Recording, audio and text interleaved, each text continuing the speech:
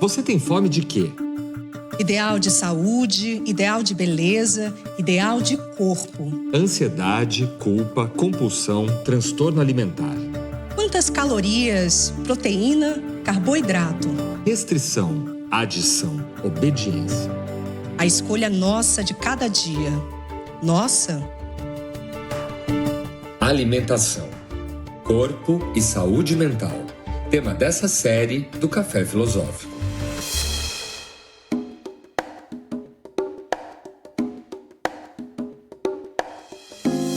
Comer é um ato cotidiano, essencial, mas nada simples. Tem aquilo que gostamos de comer e o que dizem que é importante para a saúde. Os alimentos que estão na moda e os que devem ser banidos do cardápio. Tem a comida que temos vontade de comer e aquela que o nosso dinheiro pode comprar. Os nossos pratos refletem que o nosso tempo enxerga como prazer e saúde, ideais de estética, relações de poder. E a nossa alimentação tem refletido mais e mais as angústias do nosso tempo. O nosso jeito de comer está ficando transtornado. Comer é complexo, bastante complexo. A Catherine Perlet, que é uma colaboradora de uma das bíblias, né, que chama A História da Alimentação, ela conta ali que desde a pré-história, comer não é sobre nutrição apenas.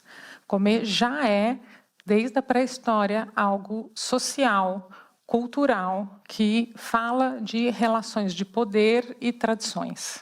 Né?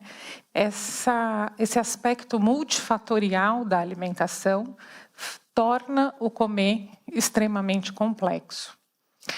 Mas quando a gente tem tradições muito fortes, essas tradições nos protegem, de uma certa forma, dessa complexidade. Né? Algumas tradições do tipo, nessa cultura não se come determinados alimentos, nesta cultura o café da manhã é isso, isso e isso, na outra é aquilo, aquilo, aquilo. Você não tem que ficar o tempo todo tomando decisões e escolhendo. Né? Você se baseia nas tradições que você vai aprendendo a partir das suas vivências familiares e institucionais, né? Nas escolas, nos centros religiosos, e você já sabe um pouco como conduzir a sua alimentação. Mas o que a gente tem observado de algumas décadas para cá é que as tradições um pouco têm se perdido e comer está ficando cada vez mais complexo. Né? Tem contribuições importantes aí da ciência da nutrição, da medicina, sobre a alimentação e que a gente precisa ir começando a conhecer, mas também há, no meio disso, interesses aí das produtoras de alimentos, de produtos de beleza, que vão nos trazendo informações e mais informações sobre como a gente deve comer, e a gente tem ficado um tanto perdido no meio dessa profusão de informações. A fome também é complexa. Né? As nutricionistas hoje ajudam a gente a pensar que existe pelo menos 9 tipos de fome. Né? A gente come com o olfato, a gente come com o ouvido, né, quando a gente escuta um creque-creque do vizinho comendo a pipoca no cinema. Mas a gente também come com o tato, a gente come com a boca, né, com aquilo que é gostoso, que não é gostoso. Tem gente que gosta de ácido, tem gente que gosta de amargo e gosta de doce. A gente também come com o emocional. E, bom, a gente come com os olhos. Então, não bastasse a fome que a gente sente no estômago, né, a fome da barriga, a gente vai sendo empanturrado de anúncios, comida, realities, programas de receita, ofertas de delivery, e assim vai. Da mesma forma em que a gente é empanturrado de notícias ali sobre comidas, né, ofertas de comida, a gente também é empanturrado de notícias sobre a saúde e o corpo. Né? E aí começam, pode comer isso, não pode comer aquilo, nananã. E qual é a solução que se encontrou rapidamente para isso? Né? Mais comida, porque aí tem a comida light, a comida diet, a comida funcional, um chazinho milagroso. Então, são muitas ofertas aí de fast foods, comidas prontas para entrega, congelados, produtos ultraprocessados, né? Há um tempo atrás, a gente ouviu ali o presidente, né, o CEO do Delivery, dizendo em 10 anos ninguém vai mais cozinhar. Isso não é legal, né? Isso não é uma vantagem. Há algumas décadas atrás, o que a gente tinha, que talvez nos protegesse da complexidade de cozinhar, eram que haviam pessoas específicas que ficavam nesta tarefa, né? Na maioria das vezes, mulheres. E quando as mulheres vão para o mercado de trabalho, elas só acumulam, né? E aí se estabelece a jornada dupla das mulheres. E aí cozinhar vai ficando muito mais complexo e muito mais difícil, né? Então, manter uma casa com comida de verdade, variada, é uma trabalheira, né? E a gente vai se sentindo pressionado, né? Porque a comida de verdade vai virando aí um sinônimo de saúde. É difícil, bem difícil manter esse ritmo, né? Então, o que a gente faz com isso, né? A gente às vezes vai ficando um pouco mais ansioso. Nesse grupo do que eu faço parte, lá no Instituto SEDES, a gente tem um grupo de estudos e de atendimento, né, dessas questões alimentares. Logo a gente começou a se interessar por uma coisa que a gente resolveu chamar de problemáticas alimentares, né? Elas são muito parecidas com a forma como a psicanálise entende o sintoma, né? O sintoma na psicanálise, ele não é só um sofrimento, né? Às vezes ele traz sofrimento, é verdade. E talvez aí precise ser tratado, né? Mas o sintoma, ele é uma resposta do sujeito à história e ao ambiente em que ele está. É a melhor coisa que ele pôde fazer com aquilo que foi oferecido para ele na história e no momento, né? Então, ele é a expressão do sujeito.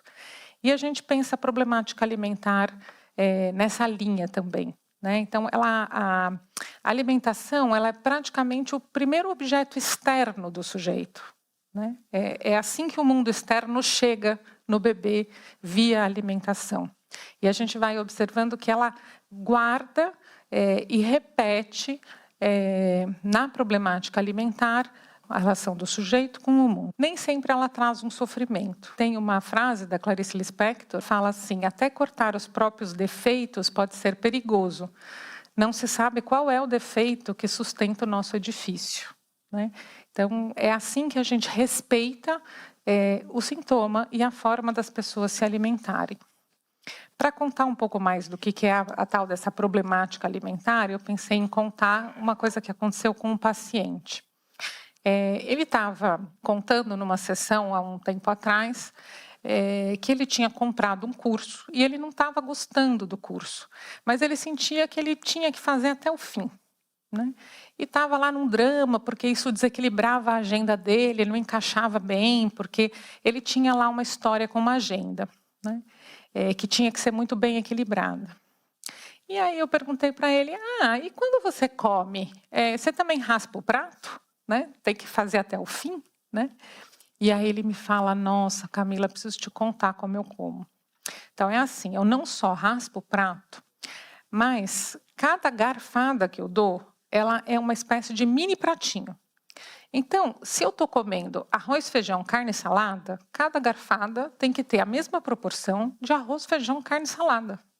E a proporção é muito importante. Mas é isso faz com que eu coma um pouco mais devagar, às vezes as pessoas reclamam. Tudo bem, não é uma coisa que me atrapalha, né? Então, essa é uma problemática alimentar que não precisa ser tratada, né? Mas que conta de como naquele momento ele estava muito preocupado tudo ser muito bem organizado e muito bem equilibrado e muito bem divididinho, né? Mas a agenda dele, né, um namoro que ele queria terminar e não conseguia, tinham lá outras coisas que eram mais complicadas. E foram nessas coisas que a gente foi centrando o nosso trabalho. Há umas semanas atrás, eu conversei com ele sobre essa cena para pedir autorização dele para trazer essa cena aqui. E aproveitei e perguntei: e aí, você ainda come assim? Ele falou: não. Quando você mudou? Quando foi que isso aconteceu? Ele falou: não sei. né? Então, é isso que a gente espera que aconteça com os sintomas em psicanálise, né? Que eles percam o sentido, que eles caduquem, né? Que eles sumam quando a gente vai trabalhando nas transferências, né? Como Freud foi ensinando a gente. E a problemática alimentar é uma das transferências possíveis, né? Então, às vezes a gente pode abordá-la, sobretudo quando ela estiver trazendo um grande sofrimento, ou a gente vai trabalhando ali, né, nas transferências, escutando a problemática alimentar como mais um tipo de informação sobre o funcionamento do sujeito, e aquilo pode mudar ou não mudar, né, se não estiver trazendo sofrimento. No próximo bloco... Na TV se veicula muito mais propaganda de alimentos, e nas redes sociais se veicula mais estilos de vida, mas potencializam a pressão estética e a mentalidade da dieta.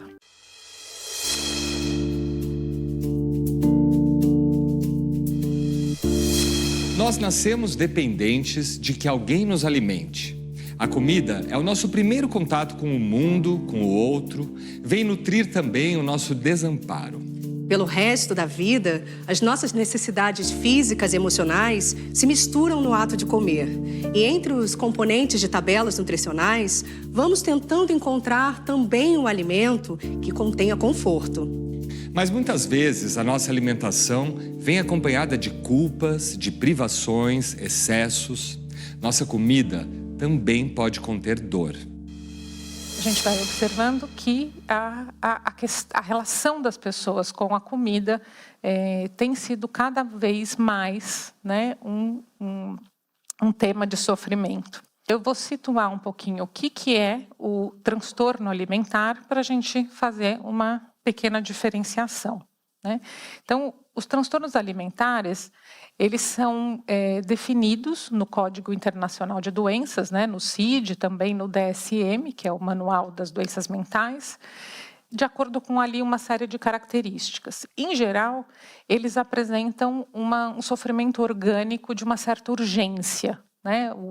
Então, quando se define ali os principais, anorexia, bulimia, compulsões, ou o TARI, né, que é o transtorno evitativo restritivo, seletividade, em geral, é uma quantidade ali de características que estão colocando ali o sujeito orgânico em risco e, por isso, precisam ser tratados com uma certa urgência. Uma coisa importante sobre os transtornos alimentares é que até 2008, esses transtornos, eles ocupavam mais ou menos 4% da população mundial.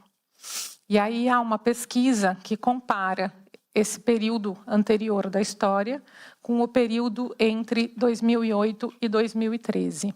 Então, entre 2008 e 2013, os transtornos alimentares de 4% pulam para 8% da população. O que aconteceu entre 2008 e 2013?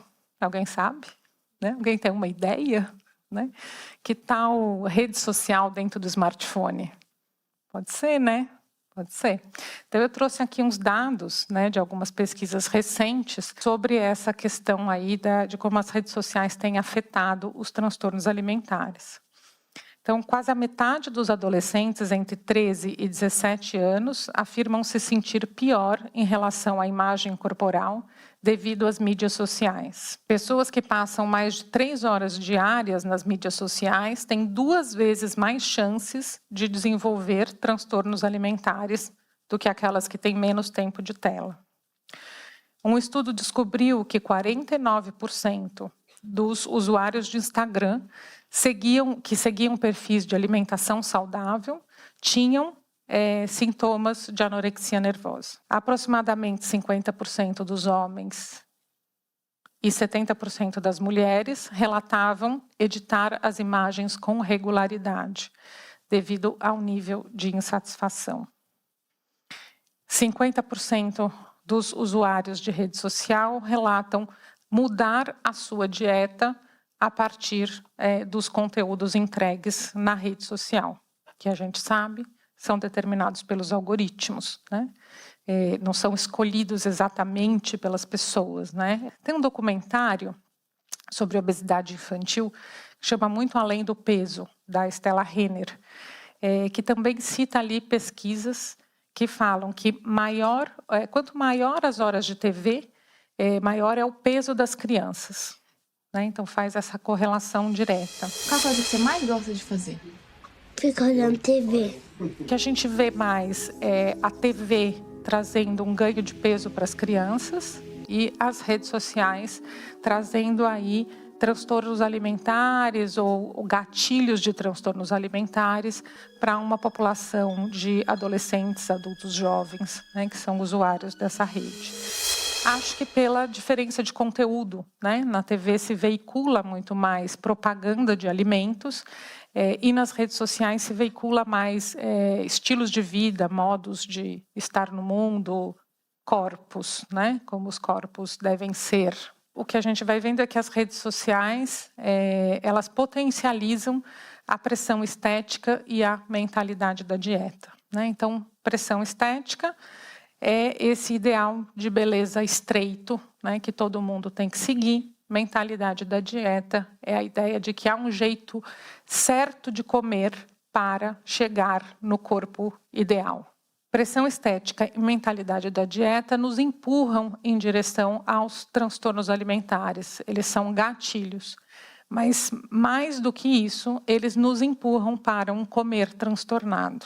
Comer transtornado é um termo relativamente novo, acho que ele não chega a ter 20 anos. Ele é definido, então, como todo comportamento alimentar que implica em sofrimento emocional ou orgânico e que não preenche os critérios diagnósticos para os transtornos alimentares, né? Que são muitos e bastante rígidos, né? O que a gente vê mais é que o comer transtornado não tem tantas urgências orgânicas como os transtornos alimentares, mas ele tem ali um sofrimento emocional muito grande e expressivo, e às vezes ele está ali misturado com quadros de ansiedade e depressão, né? Então está na base desses quadros, mas o diagnóstico não é de transtorno alimentar, né? O diagnóstico é de quadro de ansiedade, o quadro de depressão, mas que por baixo disso tem um comer transtornado. Acho que é importante a gente começar a reconhecer ele como um sofrimento em si, né? Ele é uma porta de entrada para um transtorno alimentar, mas ele também é um sofrimento em si. As poucas pesquisas que existem ainda então sobre esse termo falam que 22% das crianças entre 6 e 18 anos apresentam um comer transtornado. E 40% das mulheres entre 15 e 25 anos apresentam um comer transtornado. Então, são números muito alarmantes, né?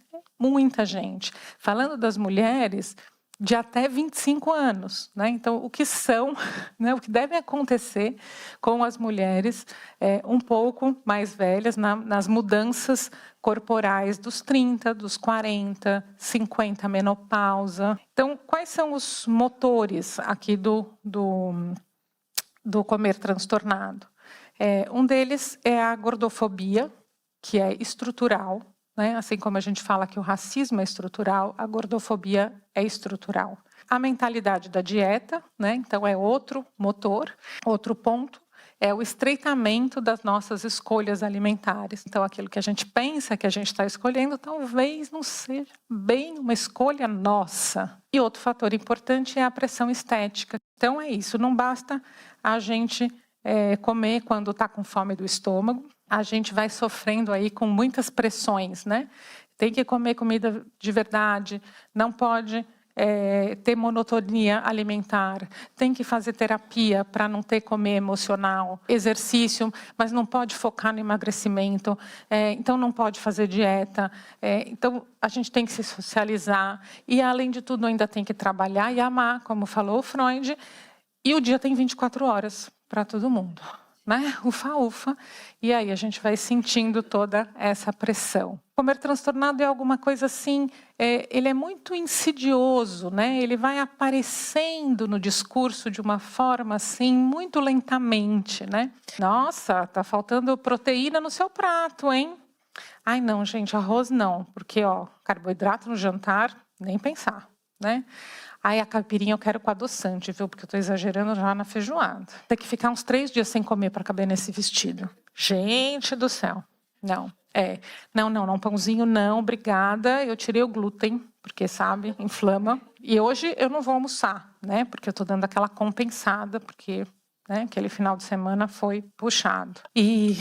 bom, mas eu preciso comer mais alguma coisinha, porque eu ainda não atingi a meta de proteína. Uma frase dessa aqui e ali, né? Não vamos diagnosticar ninguém aqui, certo? Mas é para vocês irem se conscientizando, né? Que numa frasezinha ingênua, na outra ali, de repente a gente está separando os alimentos entre queridinhos e vilões. A gente não come mais comida, a gente come macronutrientes, tipo carboidrato e proteína.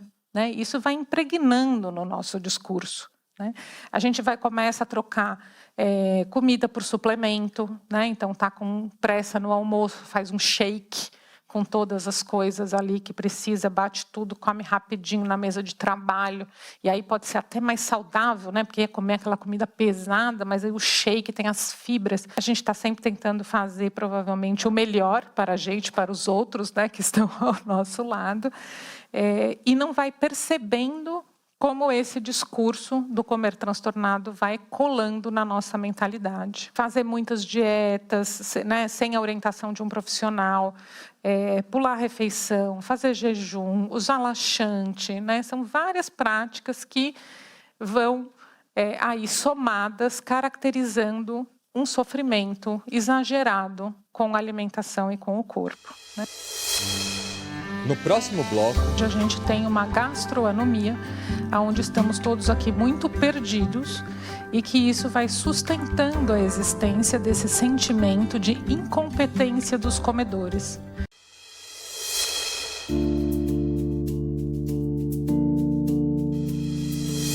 receitas, ingredientes, superalimentos, alimentos vilões, suplementos.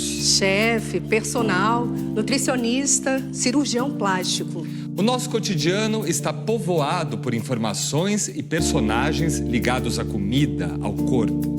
Tudo entregue na nossa mão na medida do alcance do algoritmo. Nas redes sociais, comemos com os olhos, aprendendo o que se deve e o que não se deve fazer, em nome de um corpo perfeito por dentro e por fora. Cada vez mais somos o que deixamos de comer. É uma marca do nosso tempo, essa alimentação que ganhou protagonismo nas redes, nos programas de TV e também nos consultórios de médicos, psiquiatras e psicanalistas. A comida se tornou o nosso entretenimento e o nosso sofrimento. Quem é esse sujeito? Quem somos nós, sujeitos contemporâneos, que estamos tão frágeis diante desses discursos que são veiculados pela mídia? A contemporaneidade, ela começa lá na Revolução Francesa, né? 1879, liberdade, igualdade, fraternidade, né? O sujeito contemporâneo não é mais aquele, né? Naquele momento, esses ideais da Revolução Francesa, eles eram ali muito importantes, né, para estabelecer um Estado forte, um Estado de direito, democrático, que iria proteger os cidadãos ali uns dos outros, né? Quando o Freud ele fala do mal-estar na civilização, ele vai contando que teve algum momento que o humano ele percebeu que ele precisava estar em coletividade para poder se proteger da natureza, poder até inclusive descansar, né? E não ter que ser um serzinho multitarefa que está ali se protegendo, caçando, protegendo a prole, né? Se protegendo do frio. Só que essa junção na coletividade implica ali num certo mal-estar, né? Que é a perda da possibilidade da gente fazer tudo o que quer na hora que a gente quer. né?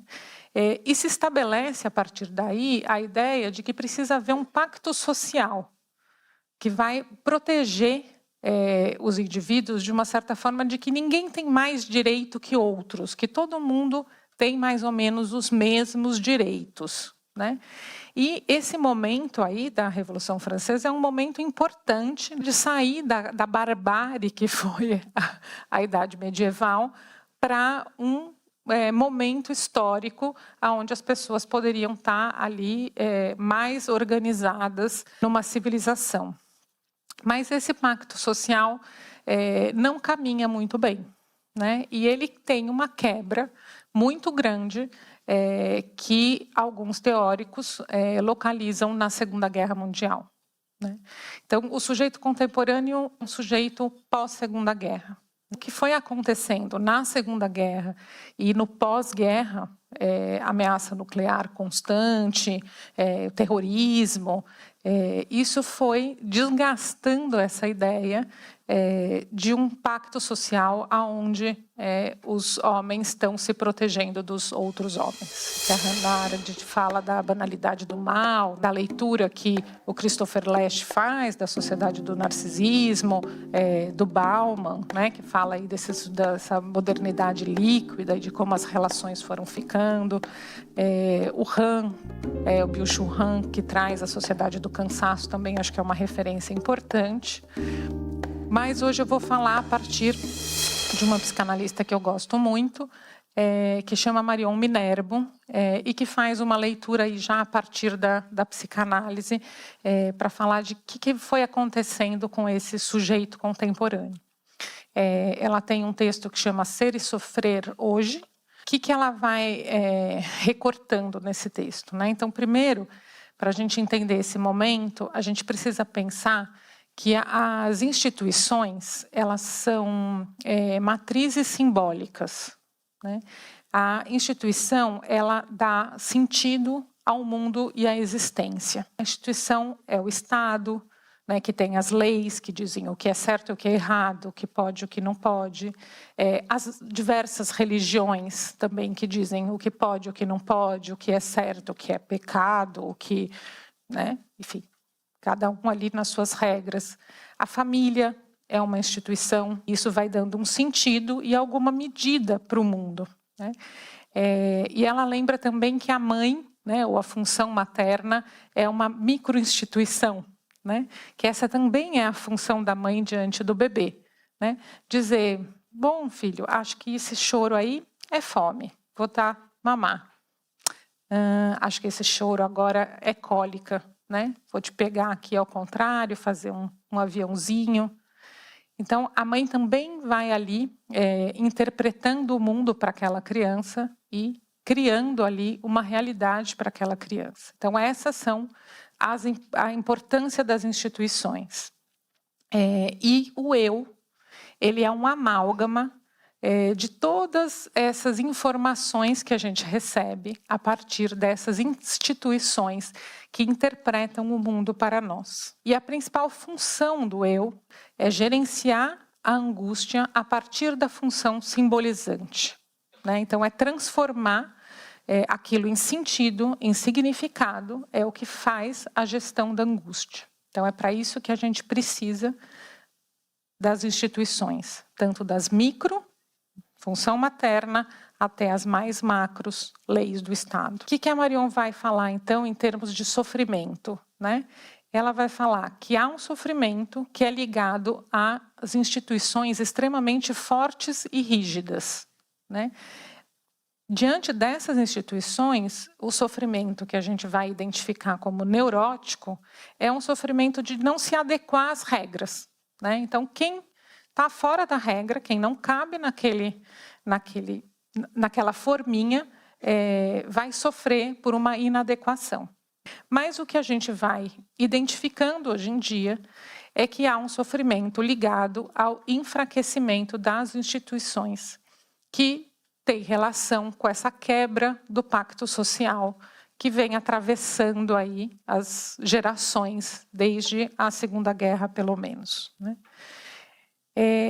Quando as instituições são fracas, elas não ajudam na constituição do eu.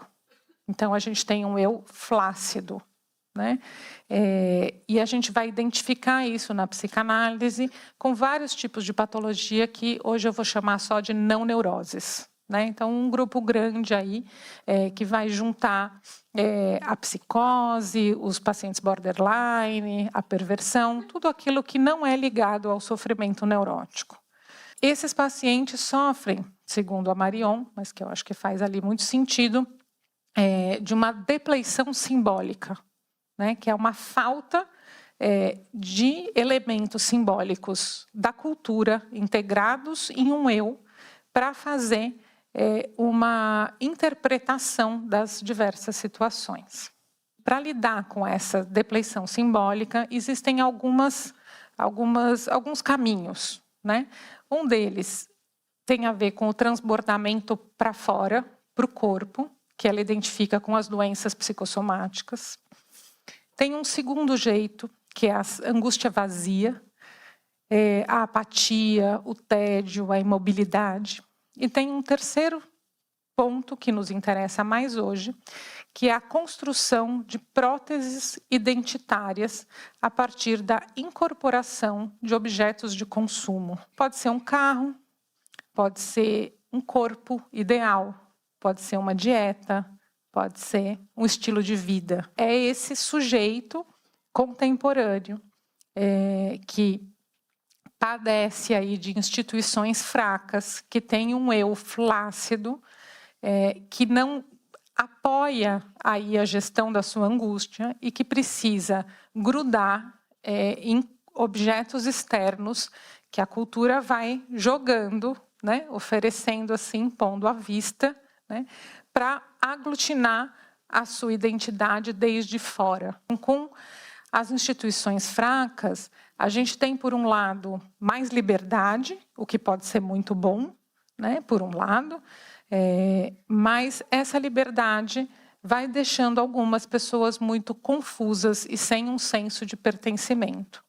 Até por isso, está aí a importância dos movimentos identitários, né? Então, a gente vê isso muito na questão das sexualidades hoje em dia, né? A gente vivia numa regra heteronormativa, né, muito rígida, em que as pessoas sofriam muito quando elas não encaixavam na regra, né?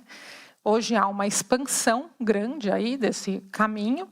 O que a gente vai percebendo é que nessa liberdade alguns grupos, né, vão ficando um pouco perdidos. E aí os movimentos identitários vão surgindo, vão reunindo essas pessoas, eles fundam uma nova instituição, né? E isso é bastante importante para a organização do eu.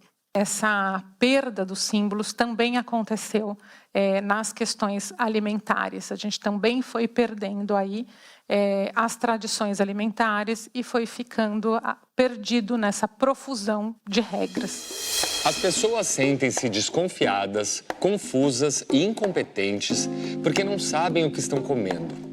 As pessoas estão cada vez mais inseguras com relação ao que comem. As pressões que o comedor moderno sofre são múltiplas e contraditórias. E elas não são apenas advindas dos especialistas, mas também das celebridades, da publicidade, da mídia de maneira mais geral. Maior quantidade de informação, maior confusão. Mais liberdade, mais ansiedade. Mais escolha, mais medo. Mais prazer, mais culpa. Com a desestruturação dos sistemas normativos e de controle social que regulavam tradicionalmente as práticas alimentares, pode-se dizer que está havendo uma psicopatologia da alimentação cotidiana. É para isso que quis chamar a atenção quando falei de gastroanomia e de psicopatologia da alimentação cotidiana.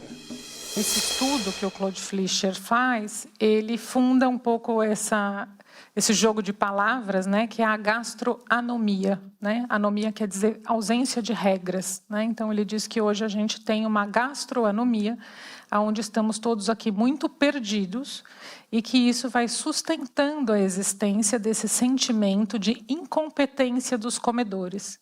Então, são tantas informações alimentares que a gente não sabe mais o que deve fazer. Então, a gente precisa procurar fora da gente informações nutricionais. Então, assim vai abrindo uma brecha para que a gente se grude, né, em qualquer informação que é oferecida e veiculada pela mídia. No próximo bloco, O empreendedorismo do corpo. Vou construir, através de cirurgias plásticas, de suplementos alimentares, de anabolizantes, né? Um corpo exatamente como eu quero ter.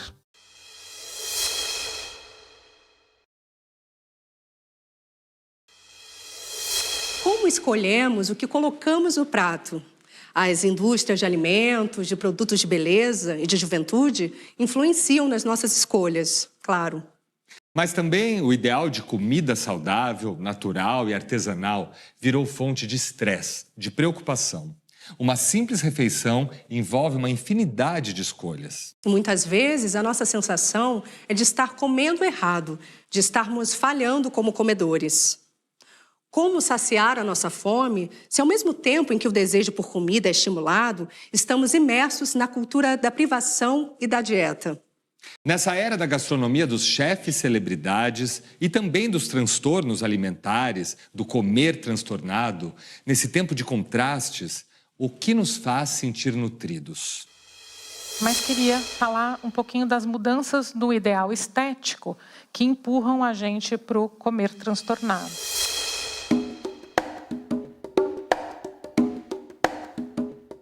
Como a gente foi caminhando para um corpo muito magro, onde talvez o auge tenha sido a década de 60, 70, hoje a gente já não está exatamente num corpo magro esquálido, mas a gente está num corpo magro e forte. Mais do que forte, hoje a gente tem um ideal de corpo construído. Um corpo que não é mais aquilo que a minha genética me oferece e o ambiente em que eu vivo, mas um corpo que eu posso escolher. Alguns autores falam no empreendedorismo do corpo. Então, eu vou construir através de cirurgias plásticas, de suplementos alimentares, em alguns casos até de anabolizantes, um corpo exatamente como eu quero ter. E isso vai alterando completamente a nossa relação com a alimentação. Dietas, exercícios físicos, cirurgias plásticas. Diminuir o peso do corpo tornou-se para inúmeras pessoas uma preocupação permanente que implica esforço, restrição e escultura de si. Entramos na era da leveza ativista, individualista e consumista. Aqui, a leveza não remete a Ícaro, mas a Narciso, um Narciso hipermoderno que se dedica a otimizar sua aparência, a valorizar seu capital corpo. Cada vez mais sob o domínio da norma padronizada da beleza e da juventude. Por trás de todo esse ideal de magreza ou de corpo como empreendimento, tem um ideal de se manter jovem. Tem uma dificuldade aí de lidar com a passagem do tempo, com o envelhecimento, com a falta. Isso que vai transtornando a relação das pessoas com a alimentação. O que eu estou querendo contar para vocês aqui é que não há nada dentro que não tenha sido fora um dia. Então, quando a gente está no consultório diante de alguém que às vezes nem apresenta ainda um comer transtornado, porque acha que, na verdade, é preguiçoso, então vai normalizando, então vai se achando, é porque eu que não dou conta, então nem se autoriza a reclamar. Então tem ali uma necessidade de a gente poder dar voz a esse sujeito que está angustiado, ajudar esse sujeito a se conscientizar da relação que ele tem com a alimentação e poder discriminar ali um tanto o que é dele de fato, o que são das suas determinações inconscientes que fazem com que ele coma e o que ele está sendo empanturrado por essa cultura que vai sendo veiculada na mídia e que muitas vezes é veiculada não para a saúde do sujeito, né, mas para a saúde das empresas que vendem os produtos para o sujeito. A quem interessa, né, um ideal de corpo estreito, né? Fui lá pesquisar um pouquinho no site da McKinsey, tem um relatório ali anual sobre a indústria de cosméticos, né, de beleza. Em 2022, o mercado da beleza faturou 480 bilhões de dólares. Até 2027, eles pretendem faturar 580 bilhões de dólares. Né? Então, é um mercado que, quanto mais estreito o ideal de beleza, mais as pessoas procuram produtos para atingir esse ideal. É um pouco esse caminho aqui que eu queria trazer hoje para vocês irem entendendo, né, o que é o comer transtornado e como ele vai se formando aí pelas pressões culturais. Camila, você falou sobre o comer transtornado, mas dando ênfase nas mulheres. Como seria esse comer transtornado nos homens? O que a gente vai vendo é que nunca encontrei dados que medem o comer transtornado em homens, né? Talvez porque se suponha que ele possa ser menor, mas eu não suponho isso, né? Porque o que a gente vai vendo é como a pressão estética, que era uma coisa do universo feminino, ela está cada vez mais atingindo o universo masculino. Isso tem crescido, a porcentagem de homens que buscam cirurgias estéticas vão crescendo ano a ano, né? Até pouco tempo atrás, talvez um dado de 2022, era cerca de 13% de homens, né, de todo mundo que fazia cirurgia estética no Brasil. Então, as mulheres ainda são a maioria, né? Mas a gente vai vendo que a pressão estética vai crescendo, né? Então, para contar uma outra cena corriqueira, essa aconteceu já tem uns 2 anos, eu chego um pouco atrasada numa reunião de condomínio, achando que eu perdi ali um pedaço, mas não tinha começado, porque tinha um rapaz que estava ensinando aos outros que as pessoas deviam pesar a comida antes de comer. Né? E que quantas gramas de carboidrato e de proteína cada um precisava comer para ganhar músculos. Né? Então, não tinha nenhuma mulher na sala, eu cheguei ali um pouco atrasada, e ele tinha ali uma plateia de uns 3, 4 homens que estavam assim, admirando ali o corpo dele. Então, vou pensando que isso vai, né, nessas cenas do dia a dia, em que as pessoas, né, vão normalizando. Então, eu imagino que isso tem crescido. Né? Sobre os transtornos alimentares, a gente tem até um pouquinho mais de dados. Assim. Há um tempo atrás, a gente falava de 10% de homens com transtornos alimentares para 90% de mulheres. Mas isso tem crescido.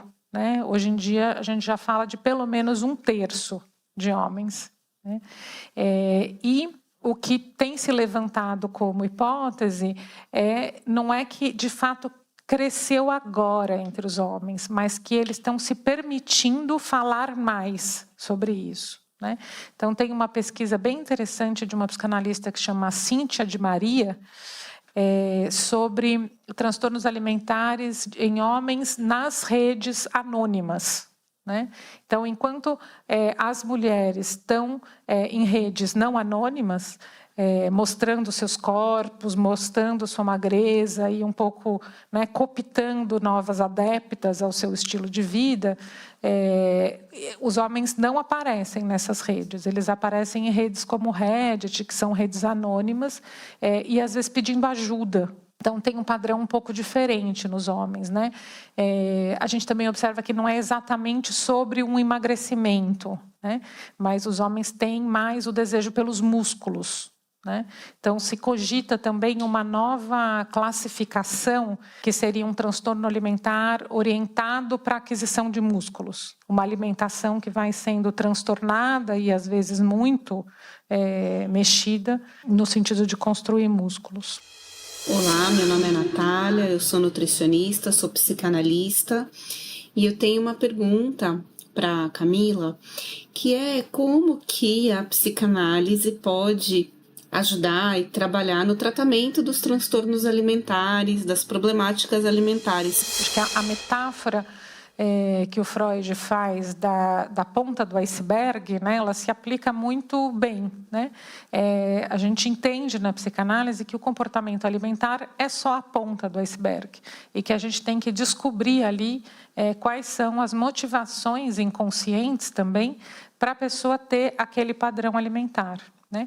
Às vezes as motivações não são inconscientes, às vezes as motivações são só essas que eu fui contando para vocês da cultura. Né? E talvez a partir disso seja até um pouco mais fácil de fazer uma transformação do comportamento. Né? A informação ela pode operar mais, mas sempre tem um pedaço do comportamento alimentar que é inconsciente. Falando da Suzy Ockbach, por exemplo, lembrei de um caso que está lá no livro que ela traz, uma moça que passa por muitos lares adotivos, né? Ela é expulsa de alguns lares adotivos até que, quando ela chega na vida adulta, ela consegue constituir uma família própria. E a partir desse momento em que ela encontra ali uma situação satisfatória com o seu marido e os seus filhos, ela começa a ganhar peso e não consegue mais perder peso.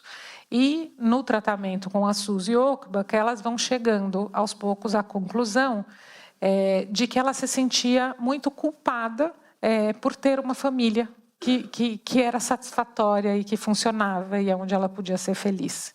Né?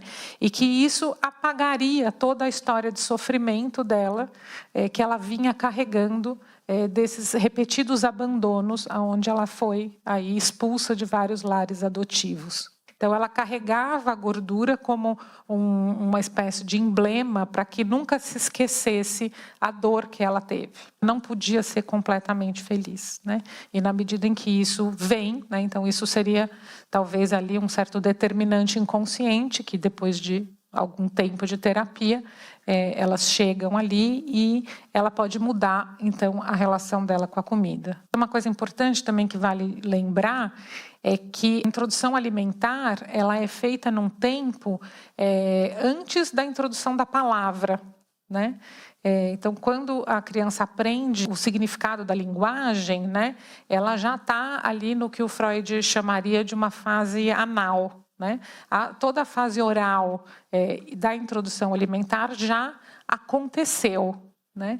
Então, há marcas muito primitivas, né, que ficam muito mais registradas em termos de sensação do que sensações amarradas com linguagem. Então, às vezes, é muito mais de um difícil acesso, né? E aí a parceria com outros campos, essa nutrição que a gente tem visto mais hoje em dia, que é não prescritiva, né? Que não trabalha com dieta, mas trabalha com a recuperação das memórias sensoriais, da percepção da saciedade, da fome. Às vezes elas são muito catalisadoras de lembranças e de sensações que ajudam o trabalho de análise caminhar. Porque a gente, quando está trabalhando com as questões alimentares, a gente está trabalhando com essas questões tão arcaicas aí. Como psicanalista, me surge a seguinte questão, e eu gostaria que você comentasse, por gentileza. Me parece que o comer transtornado está diretamente relacionado no nosso mal-estar contemporâneo ao viver transtornado e a nossa relação com o corpo, com prazer. Acho que você tem toda a razão, né? A comida é uma fatia da vida, né? E uma fatia desse sofrimento. Em geral, a relação com o trabalho também tem sido vista como muito transtornada, né? O trabalho tem ocupado demais a vida das pessoas. Então, agora tem os novos diagnósticos de burnout. O Byung-Chul Han, ele fala, né, na Sociedade do Cansaço, fala uma coisa que eu achei muito boa, que ele fala justamente do multitarefa, como tem gente que se orgulha de ser multitarefa, mas que isso é um retrocesso civilizatório, né? Que o multitarefa era daquele homem lá talvez da pré-história, que ainda não tinha se organizado direito em sociedade, então ele tinha que fazer tudo. né? Então, um homem que se organiza em sociedade, ele se divide nas tarefas. Então, ele não é para ele ser multitarefa, né? E, em parte, o que quando a gente não tem tempo, por exemplo, de cuidar da nossa cozinha e da nossa alimentação, isso acontece muitas vezes porque as pessoas estão trabalhando, né? Ou porque elas estão se deslocando entre a sua casa e o seu local de trabalho. Tem um pacote aí desse sujeito contemporâneo que tem que ser muito produtivo, que tem que ser muito eficiente, que tem que ser sempre a melhor versão de si mesmo, né? E que vai ficando absolutamente exausto. E a gente também vai ficando exausto em relação à alimentação. O que era um simples ato de se alimentar tem se tornado motivo crescente de sofrimento. A preocupação excessiva com a nossa alimentação tem criado um jeito de comer transtornado, que pode se desdobrar em depressão e ansiedade. Mais sobre esse conteúdo no nosso YouTube.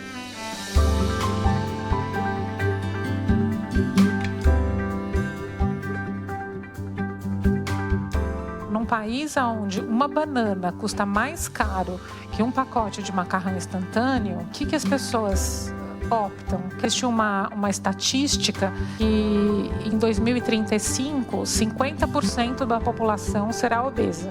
Essa obesidade não é um transtorno alimentar, né? Mas ela é um problemão alimentar relacionado a políticas públicas e ela resulta em muito sofrimento mental.